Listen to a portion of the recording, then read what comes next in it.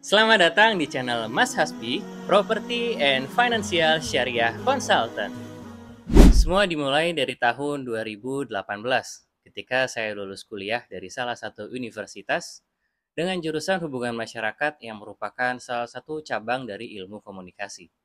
Di situ saya merasa tergerak hatinya untuk bisa lebih sering lagi membantu orang lain. Dan terfikirlah salah satu bidang yang bisa untuk terus membantu orang adalah sebagai seorang sales, dan khususnya di bagian atau di bidang properti. Tidak lama setelah kelulusan, kurang lebih sekitar 3 sampai 4 bulan, saya mendapatkan pekerjaan pertama saya. Dan itu adalah bekerja sebagai seorang marketing communication pada salah satu developer perumahan subsidi. Tidak hanya itu, ternyata developer ini juga menyediakan rumah murah dari mulai harga rumah subsidi 200 hingga 300 jutaan. Banyak sekali hal yang saya pelajari, terutama insight dari dalam developernya, bukan berdasarkan apa kata orang atau bagaimana keadaan yang lain. Saya melihat langsung benar-benar kondisi di lapangan seperti apa, bagaimana karakter nasabahnya, bagaimana nasabah mencari rumah, serta yang paling penting itu adalah apa saja kesiapan nasabah ketika ingin membeli rumah subsidi, apa saja syaratnya, dan bagaimana kendala-kendalanya serta solusi untuk bisa pengajuan KPR subsidi. Setelah cukup lama di bidang properti ini, saya merasa ada yang salah. Utamanya adalah pada bagian KPR-nya. Karena di developer tersebut hanya tersedia dua opsi, yaitu KPR di bank konvensional dan juga bank syariah. Dan hanya pada satu bank saja. Saya merasa pada waktu itu karena kekurangan ilmu saya menjustifikasi bahwasannya bank syariah ini belum tentu syariah. Dan atas kekeliruan saya pada waktu itu, saya akhirnya mengundurkan diri dari developer tersebut. Lanjut di tahun 2020, setelah 2 tahun bekerja di developer subsidi tersebut, saya memulai karir kembali sebagai seorang sales pada developer properti syariah tanpa bank.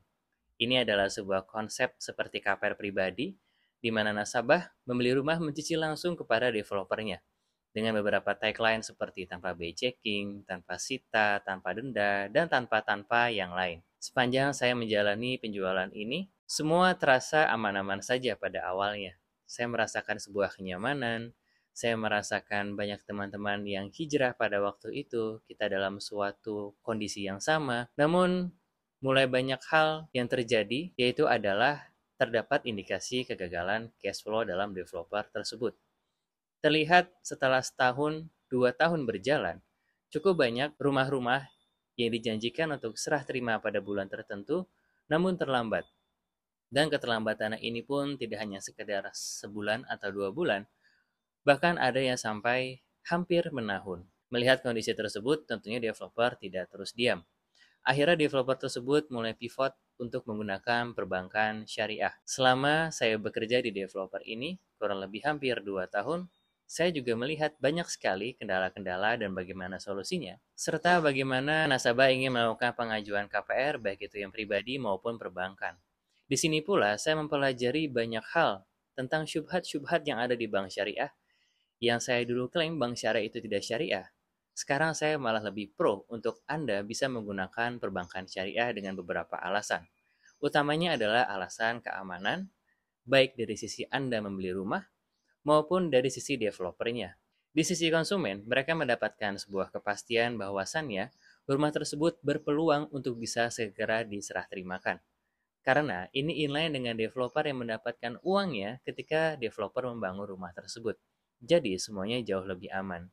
Selanjutnya, saya pindah ke dalam sebuah perusahaan consulting, dan disinilah saya mempelajari lebih banyak lagi hal tentang teknis-teknis di perbankan syariah, baik itu untuk pengajuan rumah baru, secondary, syubhat-syubhat akad, saya banyak sekali mempelajarinya. Saya pun mendampingi langsung secara teknis untuk melakukan pendampingan akad. Tidak hanya itu, saya juga melakukan pre-screening pada nasabah, utamanya mengenai kualitas kredit atau biasa dibilang sebagai biaya checking, yang merupakan salah satu sistem dalam OJK yang biasa disebut sebagai SLIK OJK. Ini merupakan peran atau gerbang utama ketika melakukan pengajuan kredit. Kalau misalnya dari sini saja sudah tidak bagus, biasanya perbankan akan cenderung menolaknya. Namun, ini akan dilihat lagi case by case-nya. Dengan pengalaman saya dari tahun 2018, saya ingin membantu Anda untuk mendapatkan rumah yang paling tepat sesuai dengan data yang Anda miliki. Mulai dari rumah subsidi, rumah komersial yang harganya 300 sampai dengan miliaran, rumah yang sesuai dengan kebutuhan Anda, sesuai dengan lokasi yang Anda inginkan, sesuai dengan kondisi keluarga Anda. Dan saya tidak mau kepada para pencari rumah di Indonesia itu mengalami kesalahan-kesalahan yang sering terjadi di lapangan.